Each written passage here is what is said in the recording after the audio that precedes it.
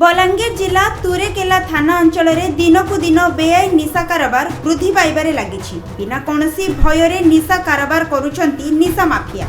किछि वर्ष तले तुरेकेला थाना अंतर्गत कंदागाड़ जंगल भितरे कप सिरप भर्ती थिबा गोटे ट्रक जबत होइथिला। पुणी एबे बलांगीर जिला तुरेकेला थाना अंचल में निशा बटिका एवं कप सिरप चालान हेउथिबा घटना सामना को आसीछि।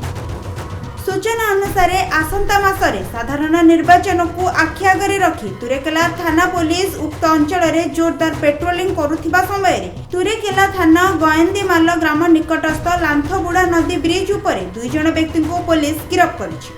सेमानक निकटरू बहु परिमाणर निशा बटिका एवं कप सिरप जबत होइतिबा पुलिस सूचना देछि। अभियुक्त 2 जणक परिचय मिलिथिबा सूचना मिलिछि। अभियुक्त 2 जण हेले तुरेकेला थाना मल्लिकदरोह ग्रामर बनमाली खरसेल एवं पाटनागढ़ थाना माघमरा ग्रामर क्षमानिधि मेहर। एमानक निकटरू विपुल कप सिरप सहित बटिका जबत करने सहित गोटे कार, गोटे बाइक, 3टी मोबाइल एवं टंका जबत करिछि पुलिस। एने तुरेकेला थाना पुलिस एमानक विरुद्ध रे मामला रुजु करी अभियुक्त माननकु कोर्ट चालना करिछि। एने तुरेकेला थाना अधिकारी को पचारिबारु से कहिथिले कि तुरेकेला थाना अंचल में बेआईन कप सिरप कारोबार रोकिबा एवं अंचल को अपराध मुक्त करिबा पई पुलिस उद्यम जारी रखिछि।